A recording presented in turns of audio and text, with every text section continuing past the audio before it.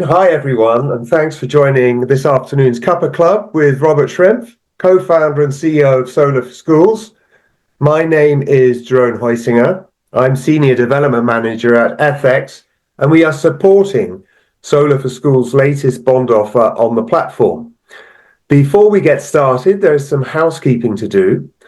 I'd like to let you know that the Cuppa Club is recorded and made available to watch. And we also edit this to a highlighted version. It's not a financial promotion, and if you need advice, please talk to an independent financial advisor. The Cuppa Club usually runs for 30 to 45 minutes. It's an opportunity to meet and ask questions of Robert and hear about why Solar for Schools is such an impactful organization. Hear about its vision, how it aims to get there, what investments are funding, and the challenges and opportunities of putting solar panels on schools. Feel free, please, to ask questions in the chat box, and we will take questions as we go along.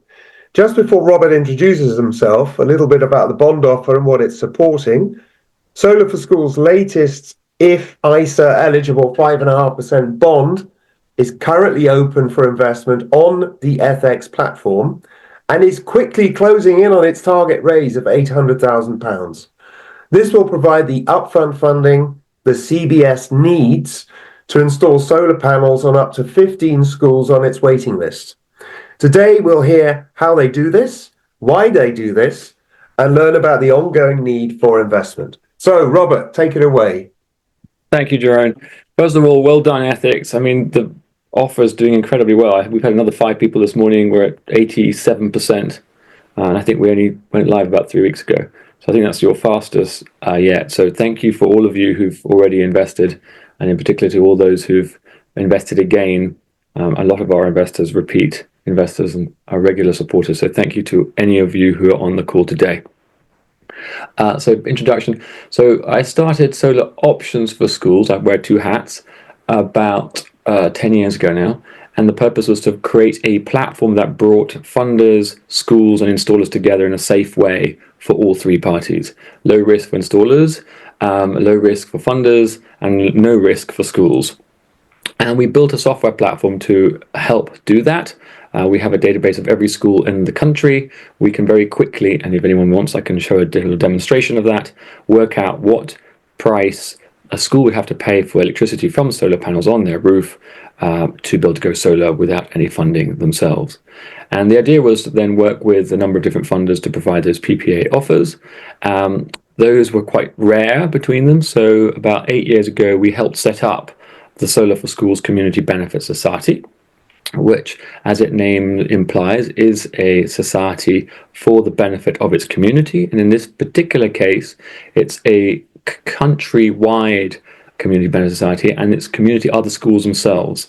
So unlike a lot of other community energy groups where the members are the investors or funders, in this case the members and shareholders are the schools themselves.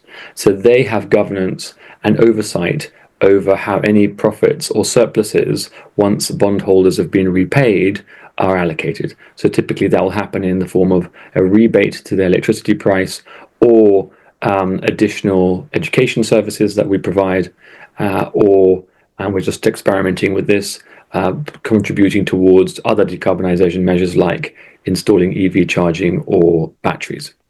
So those are the 2 hats. I'm still a director of the CBS.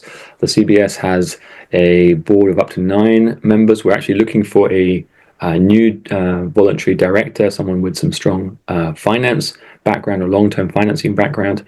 So if any of you out there would like to put your hat in the ring, we'd be delighted to hear from you. At the moment, the finances are covered by Solar Options for Schools, and we have someone from Shell who's doing it on a commercial, a former person from Shell, who's changed from the dark side of oil to the light side of sun to help us raise funds. He was instrumental in bringing on Triodos on board last year. So we do have internally quite a strong finance function, but the CBS independently would like to sort of strengthen its insights into how the funding is managed and run, which I think is very sensible from a good governance point of view. So if anyone out there is interested in joining the CBS as a voluntary director, that would be great. So I think that's a sort of rather long introduction and a few other bits and pieces in there. Sorry, Jaron. Over to you. Okay. And ask questions, because hearing me drone on again is probably quite dull. So do ask questions. I'll try and show you a few bits and pieces as we go through the discussion. Okay, good. As interactive as possible. You never drone on, but this is the 13th bond offer, and we've done these webinars before. But what we thought we'd do is go back to basics, the ABCs of solar for schools. So let's focus on the why. And could we, in your offer document, you mentioned that the government wants to reduce school emissions by 75% in 2037. Just talk about that and the role you can play around that. So what's interesting about schools versus most other buildings are there's two or three differences, but one foremost maybe is the fact that they are centers of learning. And so putting some solar panels on a school and helping a effectively government owned or funded institution save money has multiple benefits. The savings are accruing to society as a whole rather than a particular private owner or institution. So that's, from a society point of view, much, much greater. The other aspect is, of course, that whilst we could put about 2 gigawatts of solar across the 25,000 schools in the UK, and those 2 gigawatts of solar would save about 350,000 tons of CO2 a year. That pales into insignificance compared to the impact of inspiring those young people in those schools as to what they can do. Young people are generally pretty scared about the climate change and their inability to affect it, yet they're fully aware that it's going to affect them.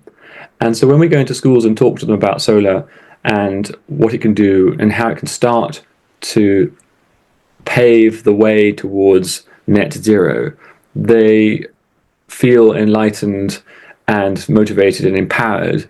And with the lessons that we then provide on the back of managing these assets over time, from the mobile app to the lessons that we do in class, to the various different exercises we have, to the data that we provide on each system, they then go back to their parents, their community, and encourage them to switch to an electric vehicle when the time comes, fly slightly less, or at least be aware of the carbon footprint of a long distance flight, possibly switch to a green electricity supplier, and make better decisions that will help accelerate the pace to net zero.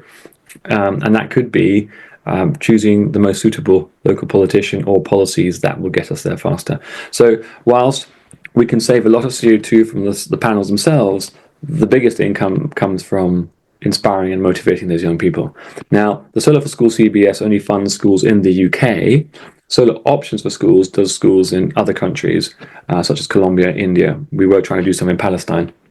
And in those countries, the support for education and carbon literacy education is non-existent. In the UK, there are some moves towards incorporating in the curriculum, and we are in conversations with the DFE about how we incorporate some of the work that we're already doing into what they do. But in other parts of the world, there are no plans to do that. And in India, the average student literally has no idea and has barely heard of climate change. They've heard of it from the context of their crops are failing, but that's about it. And so the opportunity on a global basis to do this is huge. And by building a solid case study in the UK on the back of the CBS and the work that we're doing here, it will help us and others repeat this mechanism of funding solar and education in other countries around the world. And that's, so you're not just helping the UK, indirectly you're helping to create a case study that will help the rest of the world too. As you've evolved, we've noticed that you're doing a lot more work in terms of description and quantification of impact, and that's first and foremost what our investors are interested in addition to preservation of capital and financial returns. But you've done really well in terms of illustrating what £1,000 can do, cost savings for schools, CO2 saved, and education for students. I mean, is this impact description an area where you're spending more time, spending more money? So one of the questions we're often asked is how do we measure our impact? Now, measuring the direct CO2 savings impact is very easy. We know exactly how much electricity every system generates. We have meters installed in every system. That data is fed back to our servers, monitored by our team in India and the UK on a daily basis, reviewed on a weekly basis, and engineers sent out as and when required to do that. So on the data monitoring part, we're pretty strong, so we can monitor CO2 very accurately. What is harder is to measure the impact of our education interventions in those schools. But it is something we would like to try and answer. At the moment, we have lots of anecdotal evidence of parents coming to us and saying, look, as a result of the work you've done, we've now got solar panels at home, or we've switched to a green electricity supplier, or we're planning to buy an electric vehicle. So lots of anecdotal evidence of the incredible power young people have on their parents in terms of persuading them to change their actions. So that's pretty clear from an anecdotal perspective. But to actually measure it is really difficult. But we are working with a university in Spain who has, in the process of applying for a grant, to do some studies, some longitudinal studies around this. And then the idea is that we're going to be providing the education to 3 sets of schools, one nothing, one they're going to know about it, but we're not going to do anything, and the third one we're going to do something about it. And then compare the impact through surveys and analysing the electricity consumption of the parents around those schools. It's a joint effort with an electricity company there, so they'll have that data and be able to monitor it. And that would then give us some insight as to the actual education impact that we're doing. Although I would note that you put in a link to your education impact report, and you're right. It's still very anecdotal, but it's invaluable. So the CBS has been around for over 8 years. You have currently around 170, 180 schools in your portfolio. What would you have applied then that you know now? What have been the main learnings? What's making this easier? Economies of scale, if you like. So the more schools we do, the easier it gets. The single most powerful source of our referrals. And so when you have 10 schools, there's only 10 schools who can introduce you to someone else. When you have now nearly 200 schools, that's 200 schools that are now actively introducing us to other schools. It still takes sometimes years for a school to get across the line, to persuade the council, to persuade the governors. They are entering into 25-year agreements. It's not to be taken lightly. Now, the CBS is incredibly flexible in terms of its clauses and terms with the schools, which makes it a lot easier for the schools to do it. As a result of that, we've had to add a little bit more buffer. So, for example, if a school shuts down, we will take the system off and there's no penalty to the school, but we have to factor those potential costs into the model. So the Solar for School CBS is not the cheapest PPA out there, but it's definitely the most flexible and therefore most attractive. So that's one of the major learnings. They value flexibility over half a penny difference. So we on our platform do offer other commercial PPA providers, and some of them are cheaper. But because they don't have such a flexible governance, they're not owned by the schools effectively, they often, and most of them, still pick the CBS. And that's a challenge because the ability of the CBS to have an impact is to some extent limited by its ability to raise funds. And whilst this offer is doing extremely well, and will probably go past the sort of £1 million in the next 2-3 weeks, if we're raising £1 million once a quarter, that's £4 million, that's 4 megawatts roughly. That's roughly 40 schools at an average of 100 kilowatts a year. And we have about 2,000 schools that we're talking to, and we have 70 schools that have agreed to go ahead and are in the development process. So even at £1 million a quarter, we're not raising enough, which means that some of these schools will then be forced to choose some of the other PPA providers that are less flexible, or won't go ahead and just join the queue until we've raised enough. Now, fortunately, we can double up this money a little bit with Triodos. So Triodos committed 3 million to the CBS last year. and is looking to commit another 2.5 million any moment now. We're just finishing due diligence with them, which is great because on the one hand, it doubles the impact of the CBS investors, and on the other hand, it also provides a level of assurance that a sort of large professional institution has checked the numbers carefully before committing to investing. Yeah, so a few questions that are coming in, Robert, and we did promise ABC. So the question is, CBS, from Nick, Barry has kindly said that that's Community Benefit Society, but perhaps they could step back from that. Why do you have this CBS structure, and explain the difference between that and solar options for schools? Yeah. So solar options for schools is, I'm going to start with that, is a sort of traditionally funded. I have about 50 angel investors who love what we do and we're prepared to put money in at relatively high risk on the basis of trying to deliver quite a lot of impact. So Solar Options for Schools develop the platform and takes all the risks around developing each project. And that's really, really important because the CBS needs to be able to attract funds at the lowest possible cost in order for those projects to work. And in order to do that, they have to be completely de-risked, or as de-risked as we possibly can make them. But just quickly on, before I dive into that, CBS stands for Community Benefit Society. And community benefit societies like co-ops, and I think someone mentioned that, are regulated by the Financial Conduct Authority, but they're not, sorry, they are managed or overseen by but they're not regulated entities. They're sort of a light touch mechanism for communities to be able to raise money to fund projects for the benefit of that community. And so they have a light regulatory touch because if you applied full FCA regulations to something like this, they just never happen because the costs of compliance would massively exceed the typical amount of money that these organizations raise.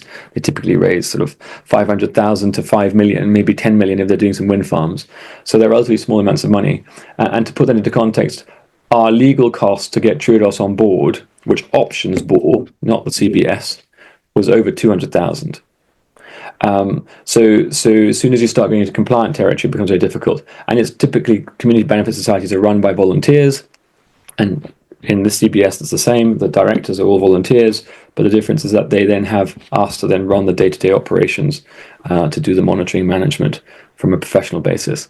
And we're working with lots of growing number of other community energy groups. So if there are any other community energy groups on the call, happy to talk to you about how we can collaborative options can work with you to develop more projects. Which is exactly what Lee has just asked about. Let me just read it out. You're clearly now very experienced in onboarding schools and presumably have robust PPA and lease license agreement templates. Are you already sharing or prepared to share these with other community energy CBSs to speed up the decarbonisation of schools, given that there is so much potential in this sector? Thanks. The answer is absolutely. So our long-term, if I go back to options, our long-term big, hairy, ambitious goal is to help 100,000 schools a year go solar globally. And the only way we're going to achieve that is if we provide our tools to massively boost other people's efforts. And yes, on community benefit societies, we work with York Community Energy already. We work with Milton Keynes Community Energy. In fact, we've just integrated their template. So they use our tool to produce offers for their schools in their area that they will be funding through their CBS. We've helped them with the funding model, and we've adapted our tool. We've incorporated their template so it looks like a Milton Keynes template that's generated by our system that they then propose to schools. And in Milton Keynes' case, we're then also providing the long-term asset management and education delivery with them. Some of the education will be done by some of their team. We'll train them up.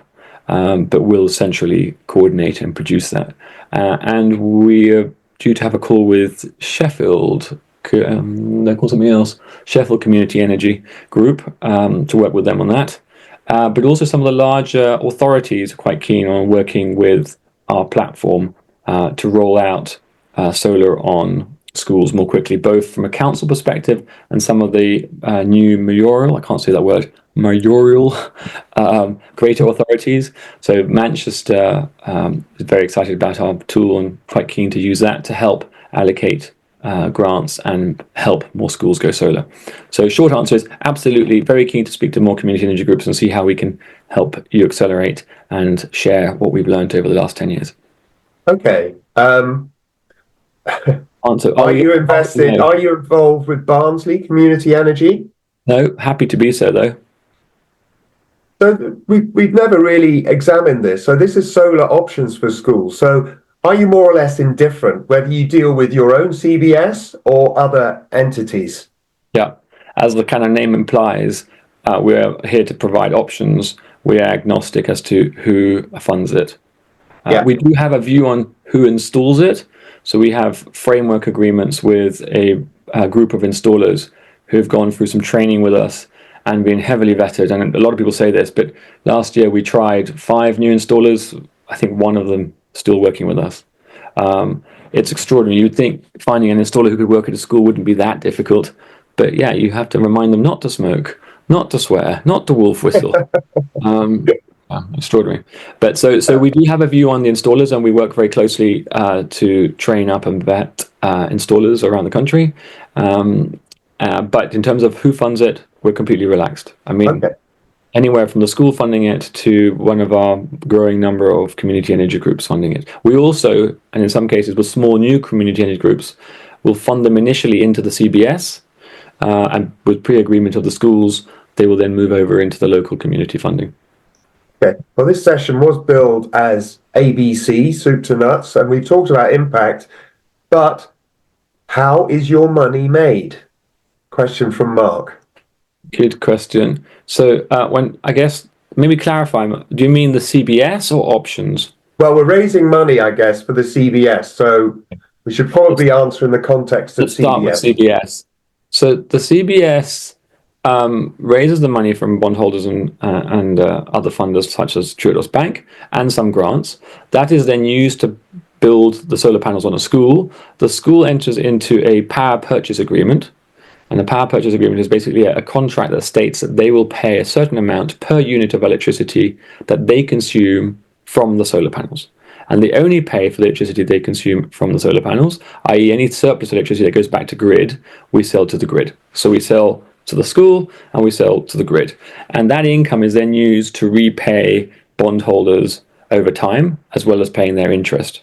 And is also used to then pay sort of options for schools to manage those systems. It has reserves for repairs, reserves for spare parts such as inverters, which we assume we'll have to replace once or twice over the lifetime of the system. And it pays for rates, insurance, and education. There's a little chart in the bond offer document that kind of shows the sort of how the money goes around and saves the schools money by, in most cases, providing them a solar contract that's less than their mains. Where that's not possible, we then try and find grants to bring down that PPA. I could do a little demo maybe. Keep asking, Joanne, and I'll start sort of preparing. Okay. Before we get on to financing, I just want to get back to Dina or Dinah. And apologies if I'm not pronouncing it properly. Many schools are now owned by Academy Trusts. How can you make sure that energy savings are passed on to the schools themselves and don't become just savings for the trusts? It's a good question. Yeah. I think it really depends a little bit on how we engage with that particular school. So we've got some schools that come to us and say, we want to do it, and we discover they're part of a trust, but the trust is too busy doing other things. And so we go ahead, we develop the project, we get the trust to say yes, and sometimes because they're busy on other things, they go, yep. We then go to the ultimate landlord, which is typically a council, and they go, yes. And then it's a deal that we've done with that particular school. And in that case, the savings will go straight to that school. Larger trusts are now more centralized and are aggregating savings and allocating savings between them in a different way. So that would then be down to a discussion between the individual school and the estates manager for that trust as to how the savings would be allocated. But typically, it will be the individual school. If it's the individual school getting the electricity bill, they will then see the savings. Whether the trust then adjusts your budget accordingly because of that, that's between the school and the trust. I hope I answered that question. We're transparent from our perspective. It's down to how the school and the trust relationship works. Were you going to show something, or shall I go on to the next question? So there have been a few questions about GB Energy. Could we just step back from that and perhaps zone in on that? Can you explain how funding from bondholders sits alongside other funding sources for the CBS? Talk about National Grid. How's that developing? And then perhaps mention GB Energy, where we saw some news very recently. And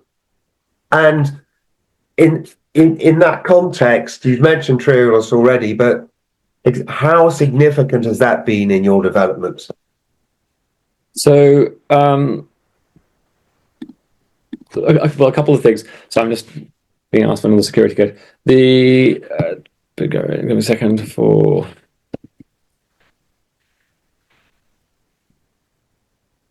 Okay, the demo is now ready.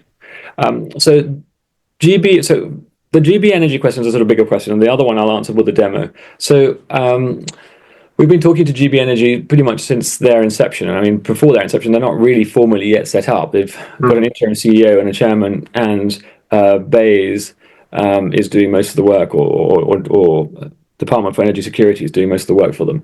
I had a call with 6 of them last week and 3 of them the week before. So we're talking to them quite closely, and this is from a solar options and CBS perspective. One, because they're very interested in how the CBS funds projects, and they're very keen to encourage more community energy groups to do schools. And because although GB Energy, in theory, will have an 8 billion budget, and could quite easily fund every school in the country, their view is that they want to crowd in other funding rather than crowd out other funding. So they want to work out how that would happen in practice. So they've been looking at our tool set, which I'll show you in a second, and also looking at how the CBS works and how other community energy groups work.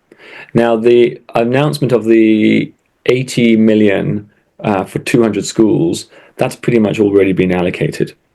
150 of those will be through a located-led, DFE-managed tender process, which we are part of.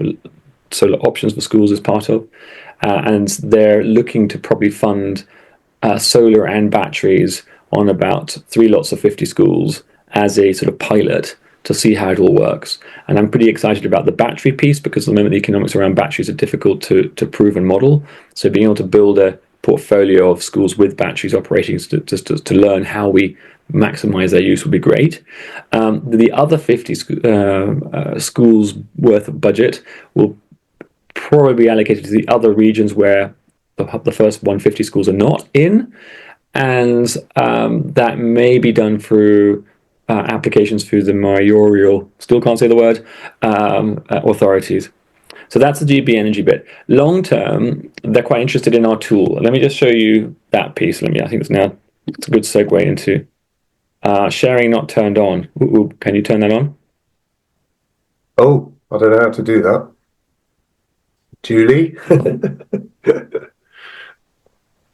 While we're waiting, Barry is kindly helping you. Mayoral. Mayoral. Thank you, Barry. Is it working?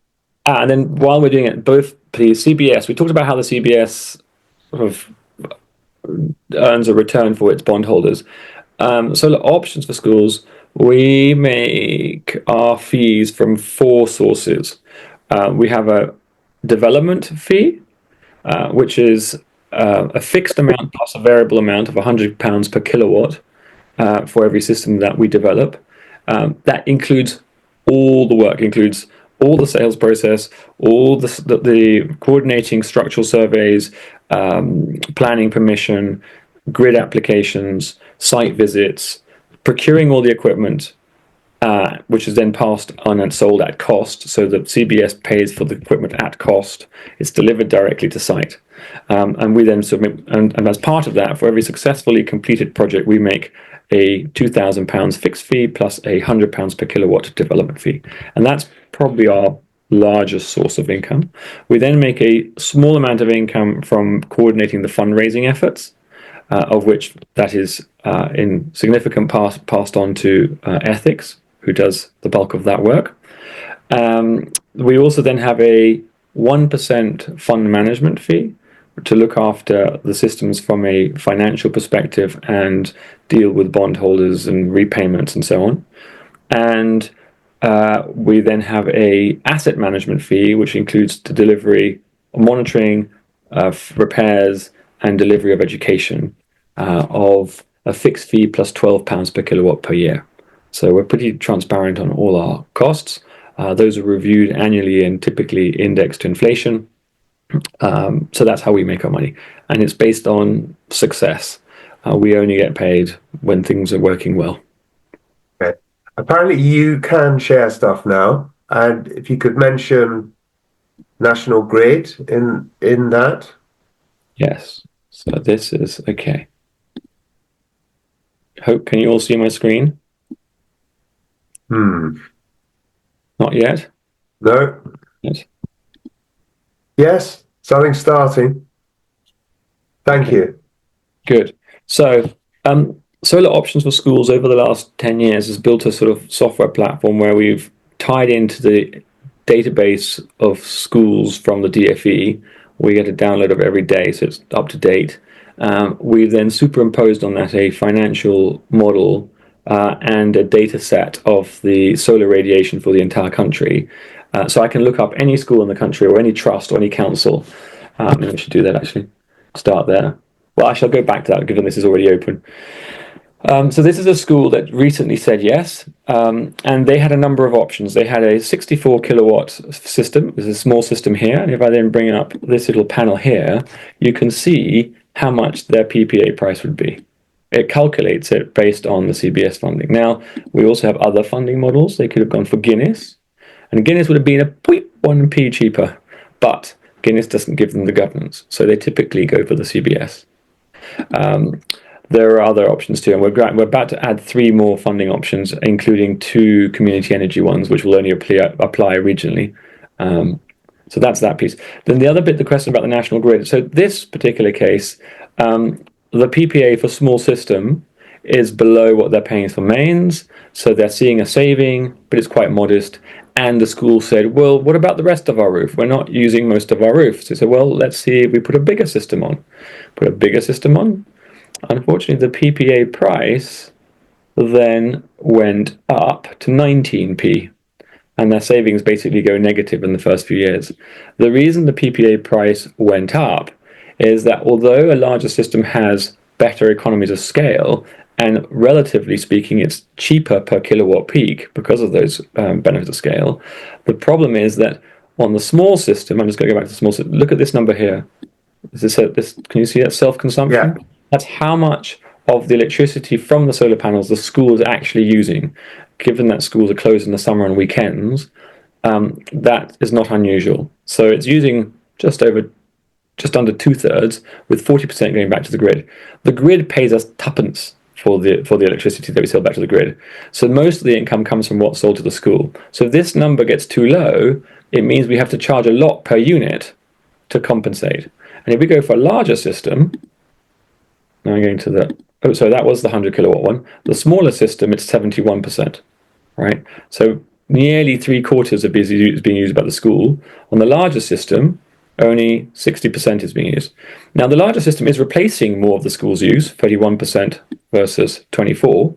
So before, the smaller system will replace 1/4 of their electricity, the larger system will replace 1/3. But we're spilling over much more to the grid, and therefore we have to charge the school a bit more for those extra units, and that's why the PPA price went up. Now, in this case, it doesn't really matter too much because the smaller system will be a perfectly viable project. As it happens, they wanted to find out what would happen if they could contribute some money themselves. So here they said, well, what happens if we, through the Parents Association, managed to raise £6,000. Then the PPA drops to 17.9. If I change that number to maybe they raised £20,000, it's now dropped to 15.4. And this technique is how we also work with the National Grid. The National Grid came to us about 18 months ago, said they wanted to donate 25 systems. We persuaded them that donating systems completely was a bad idea because no one realized that it's on their roof after 2 years, and that unless it's a long-term managed system through some form of PPA, that the benefits of donated systems are actually not very high. And they completely bought into that and actually then agreed to work on exclusive basis, much to our surprise, to allocate the £500,000 a year. And what we do is, when a school comes to us where this price is above or too close to their mains price, and it happens to be a school that sits within the National Grid DNO coverage, it's not the whole country, it's just their 4 DNO areas, we then put a number in here to see what number we have to put in to bring this number down enough. And that's how we allocate the grant. And that same mechanism is what GBA Energy is interested in doing, because then community energy groups around the country could fund most of it, but where it needs a top up through our system or system like this that we might provide to GBA Energy directly, the grants would be allocated. How long have you had this system? It's an ongoing evolution over 10 years. Yeah. And then for other community, once I'm going to just put that back to the 6,000. I'll just close it. Just make sure I didn't save anything. We can lock the designs too, but I haven't.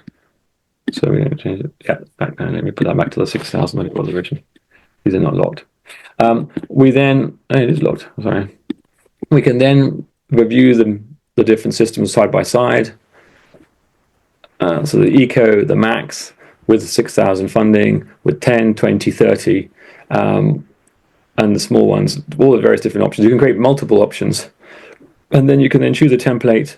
And this is the one I mentioned Milton Keynes funded. So they've given us their presentation. We've incorporated it into the system, and it now generates an offer. I haven't actually tested this. This literally happened last week. So a few minutes later, it will generate a PowerPoint presentation ready to be sent to the school with all the options that we've selected. In this case, far too many options. You'd normally narrow it down by clicking on show or select down here.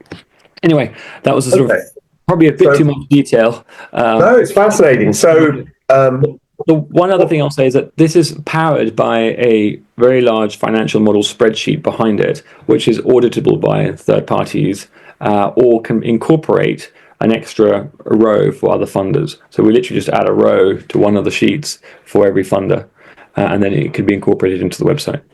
So Barry has developed a similar enabling model for green streets, which he calls gap funding.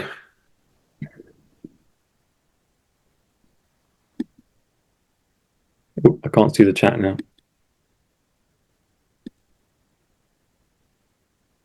Stop sharing. There. Back to the chat.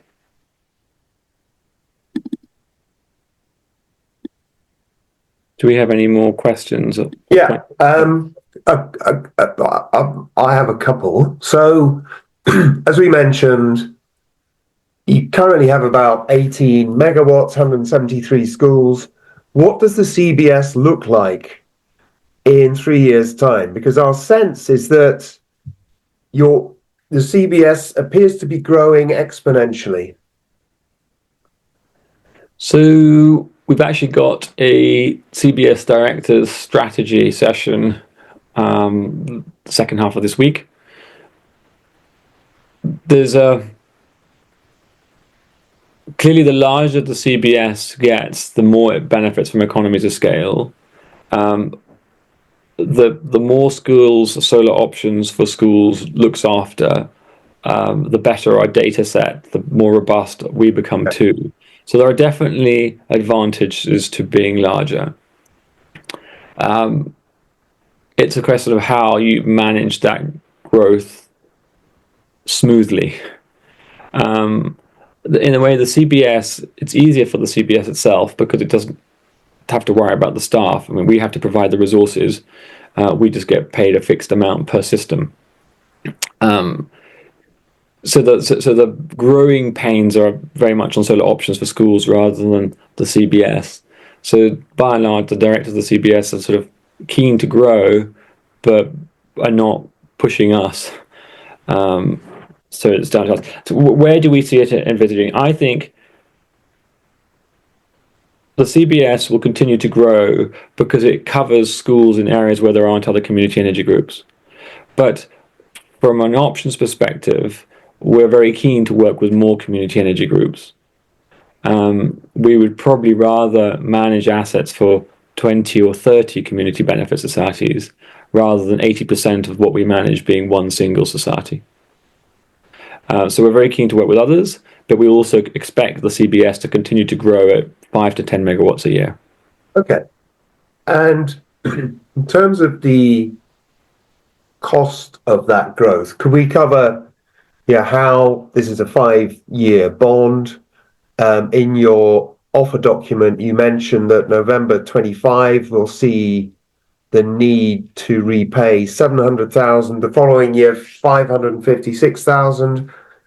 How will that happen? Discuss the mix, if you like, between organic repayment and refinance. Yeah.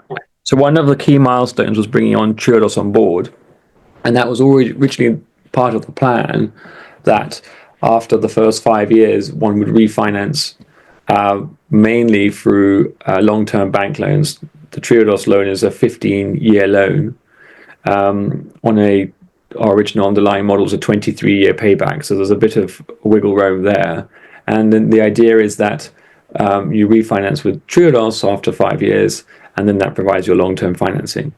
In reality, it ends up being a bit of a mixture. So Triodos is funding some of the projects or the new projects, and new bondholders some of them are paying for the refinancing and some of them are paying for new projects. But having a mixture of 5-year bonds, 15-year loans, and in future we're looking to offer shares too, which are not ISA eligible, but they are inheritance tax free eligible, to have a combination within the CBS of different duration loans to help manage and forecast cash requirements. So I think we have a 1.5 million repayment coming up at the end of the year. From experience, typically 50% will reinvest for another 5 years, and 50% will then be refinanced through a loan from Triodos. Yeah. Okay. And we are nearing the close. We mentioned earlier on that we are rapidly coming up to the target of 800,000. Can you confirm that we can go above that? Yes. So the current underlying bond instrument is for 4 million, which what we thought we'd raise this year through bond offers in the first half of this year, or 2/3 of this year, plus a similar amount from Triodos. Okay. Yeah. So there's plenty of it. We just, in this particular case, if we over raise now, we'll just push out the time at which we then bring on the Triodos funding. Yeah. Before we wrap, is there anything else you'd like to say? No, I don't think so. I'd love to have some more questions or input from our audience. At the moment, it feels like you're talking to a wall, which is quite hard. I think there have been quite a few interesting questions. Tell us more about options. Please. So Solar Options Schools was set up 10 years ago. I'm, as I said, the founder. I'm still majority shareholder. Just the rest of the shares are owned by the rest of the team and about 50 angel investors and a couple of small institutional ones. So there's a very small government fund, which was sort of part of the sort of COVID era time, who put some money in. We also have the Low Carbon Innovation Fund is a shareholder in Options. And Options has activities and teams spread in the UK, Germany, and India. We've got about 0.5 megawatt of projects on schools in India that we've helped fund. And we also are providing education support and asset management to some schools in Colombia and we're about to sort of roll that out in Spain. And in Germany, we have about 50 schools we look after. And there, most of the work we do is actually working with councils to assess the potential of their schools, and then those councils then fund it, and we then help them with the development of it. So the business in Germany is a little bit different, and the plan is to then find partners in other countries in the next few years to roll it out in more countries. But what's key is to have one country that's really, really, really working very well, and the UK is hopefully that country. And I say hopefully because every time we think we're going to get there, something comes along like COVID or the brakes on it. But yeah, the UK this year we hope to do well. The target is to do about 150 schools, and it really depends on how many of them get through the legal process to continue to grow. So options. And what other, just to follow on, Barry, what other applications can you see for the data platform or the data set?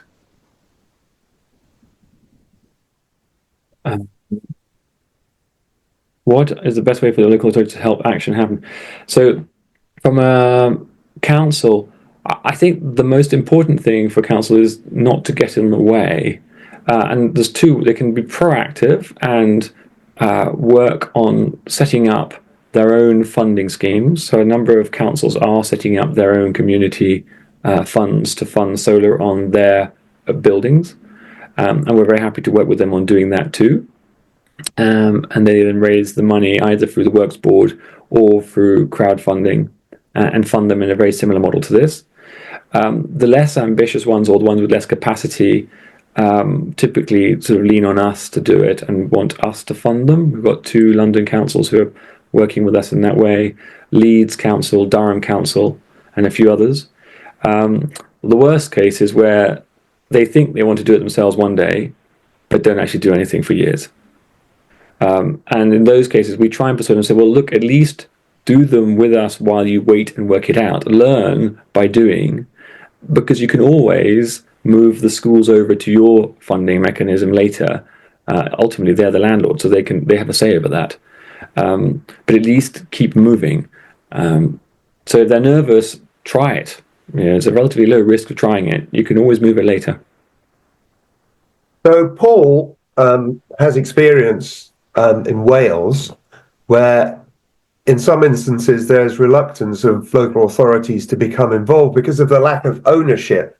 Is there scope for compromise here? Absolutely. So and it goes back to the point I was just saying, the Solar for Schools Community Benefit Society. Well, let me stop back. Most councils, when they hear of a solar PPA, they assume it's funded by some third-party commercial entity, and that kind of rings bells around PFIs. And I don't know if those of you remember PFIs, but PFIs are very long-term contracts to fund schools, and they are filing cabinets large of contracts that are so unfathomable that if you want to change anything at that school, it's impossible. We have yet, and we don't know of anyone who's managed to put solar on a PFI school. Yeah. The good news is some of those are coming to an end, and therefore those contracts will be released, and we will start putting solar on some of those roofs. But because of that, councils are very, very, very nervous, not without reason, of entering into a 25-year agreement. And that's why the Solar for Schools CBS is so unique, because it's governed by the schools themselves. The council gets a seat at the table, right? So that should help them. But often they don't get to that point in the conversation. They just assume it's like a PFI. So the first barrier is to get them to have a conversation, to realize, oh, actually, we have some influence on this CBS. The second point is, actually, you could use the same model to create your own CBS, and we can help you do that. Yeah, and you can transition from one to the next. And then that normally engages them. And it's normally a matter of time. No council that's actually engaged with us has not then done it. It's the ones who won't engage with us that don't do it, because they just never get over that hurdle. So encourage them to engage with us if you can. Okay. Look, I think we've reached our allocated time. Just to thank Robert for his appearance. Look, this bond is if ISA eligible, as we suggested earlier on. It can be held within an innovative finance ISA, so any returns will be paid free of UK tax. As the tax year ends in a few days, if you haven't already used up your £20,000 tax-free ISA allowance, this could be a good opportunity to do so. The bond offer will remain open after that until April the 30th. We'll be sending updates, so make sure you're signed up to get emails from us so you can see how the offer is progressing on our website at ethex.org.uk. So thanks, everyone, for your participation and your questions. Thank you, Robert, and goodbye. Thank you all for your questions.